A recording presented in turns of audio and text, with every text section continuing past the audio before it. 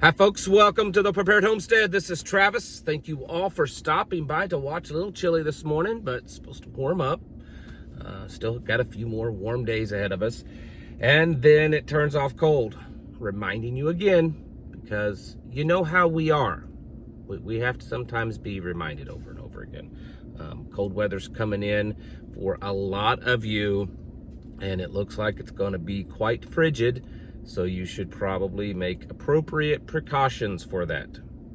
Make sure your preps and just your readiness is at the place that it needs to be for some pretty frigid polar vortex cold weather. I mean, it's not that unusual. People online are acting like we've never had this kind of cold before. That's ridiculous. Here, the type of cold weather that they're predicting, we have it every 2 or 3 years, at least. But just be ready for it. This morning it was announced that Joe Biden is sending $2.5 billion in weapons to Ukraine. $2.5 billion. This is on the just the last few days. It was like $1 billion in funding. There was a $20 billion loan. There was a few other several $100 million worth of funding and weapons, but this is at $2.5 billion in weapons. So it's exactly like Joe Biden said. If anything can be said in his 4 years as president, is that since the election, him stating that they were going to send everything they could to Ukraine before Donald Trump took office has been absolutely true. About the only thing that's left to send is nuclear weapons, and that's been talked about. It's still possible. I mean, there's still a couple weeks away, 3 weeks away, so it's certainly possible that could still happen. The H5N1 is growing. I made a video yesterday over on Locals. If you're a member over there, certainly go watch it if you get a chance.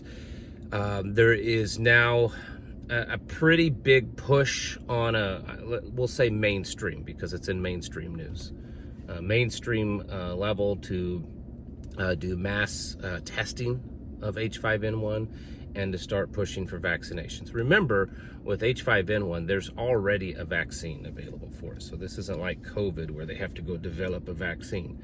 There's already one available for it. And so was it yesterday or the day before on Face the Nation? They had one of the COVID doctor experts on there saying that, that the Biden administration's behind the ball on this, that they need to get going on pushing for testing and everything else. And if you look at some of the numbers that the CDC's putting out, now that's if you believe them, I know. It's if you believe them, but just based on the numbers that they're putting out, it looks like it's already all over. Wastewater testing, animals that's being tested. That doesn't mean that everyone's got it. It just means that it's already all over. So once the transition from animals to humans starts really taking hold, it won't take long for it to spread. And that transition, they say, is kind of already happening with that case down in Louisiana a few weeks ago where the person was very, very ill. Struggled with it a lot, and they say that the H5N1 mutated in that person, and now it looks like it's probably more easily transmissible in human populations. This is spreading amongst animals everywhere. It's birds, so they fly all over. And there's been flocks in Israel and Europe and all over Asia and South America, and of course here in the United States and elsewhere. They're saying it has it. Who knows if that's true? It may only be one, but they'll go in and they'll euthanize the whole flock.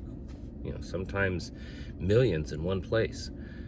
So that's something that we should probably be gearing up for. Not so much so that it is a deadly disease. It could be. Remember, Bill Gates was the one that was saying a few years ago, during the whole COVID thing, that the next pandemic would be really deadly. It would be really bad. And all the experts are saying that this one has the potential. Maybe it is, maybe it isn't. But if it does get into that full pandemic mode, it's not just the deadliness of the disease that's the worry. It's the reaction of the people and government. So that's something you need to be preparing for. The other thing I wanted to mention, I think it's pretty big news.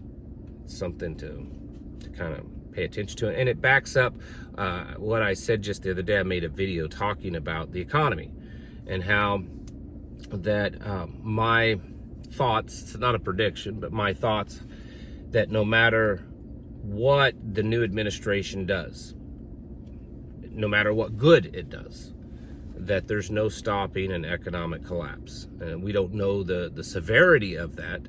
Is it going to be at the level of the Great Depression of the 30s? Is it going to be worse than that? Is it going to be a complete, total, collapse of the dollar and the economy? Who knows? But yesterday, Donald Trump posted on his social media that we are in a place, we as a nation are at 1929. That's where we're at. That we are now at 1929, and that this next year moving forward will be what started after 1929, which is the Great Depression. Of course, he's blaming it on the Democrats, which he's not necessarily incorrect. Although you have to say that before Joe Biden took office, Donald Trump did a whole lot of debt spending too.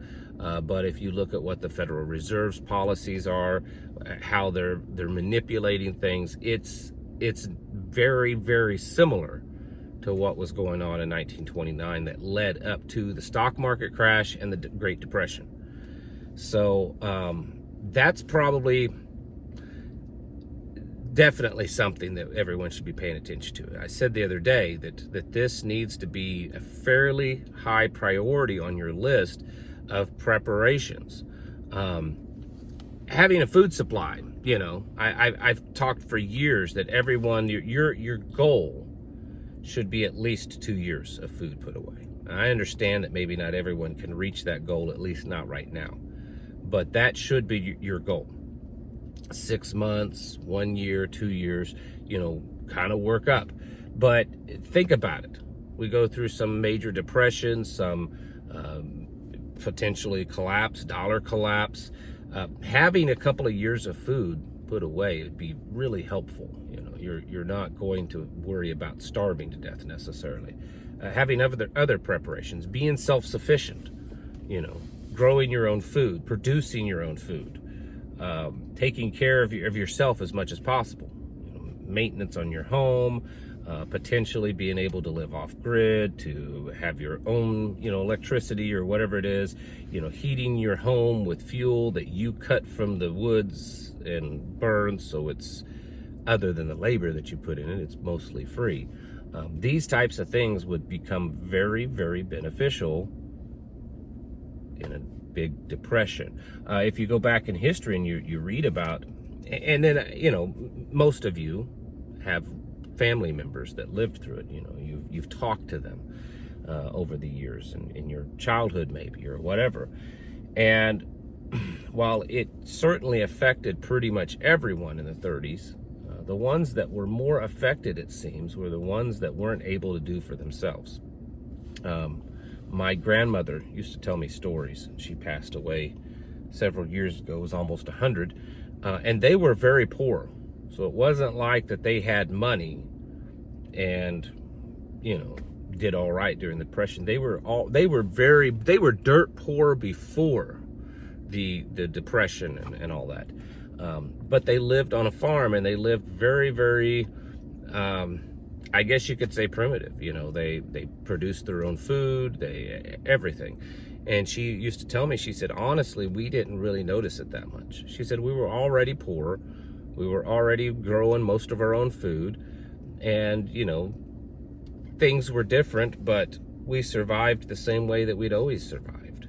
And there's a lot of stories like that of folks back then that had their own land that was able to produce for themselves. Yeah, things tightened up for certain, but they didn't starve. They survived just fine. And that needs to be a huge goal. This, it's winter now. I'm here talking about how cold it is and how cold it's going to be. But you need to be planning for the next growing season. What kind of garden are you going to put out? I say it every year. You should constantly be expanding the amount of food production. Every year, push yourself. You know, and I can tell you from personal experience, and those of you that, you know, grow your own food also can back me up. It takes a lot more garden space than you think to produce enough food to feed a family. You know, these videos of folks that have a, you know, a 10 by 15 foot garden or 20 by 20 foot garden. That's nice and that's a good start, but you're not going to feed a whole family on a garden that size. You know, if you want to feed a family, you got to get into at least the neighborhood of like a ½ acre. To do it right, unless you just have the right circumstances, you really need to be doing that. Looking at protein production, you know, chickens, eggs, sheep, goats, cattle, whatever it is. We need to be pushing ourselves because looking at the economy, looking at the war status, looking at all the stuff that's going on that has great potential to disrupt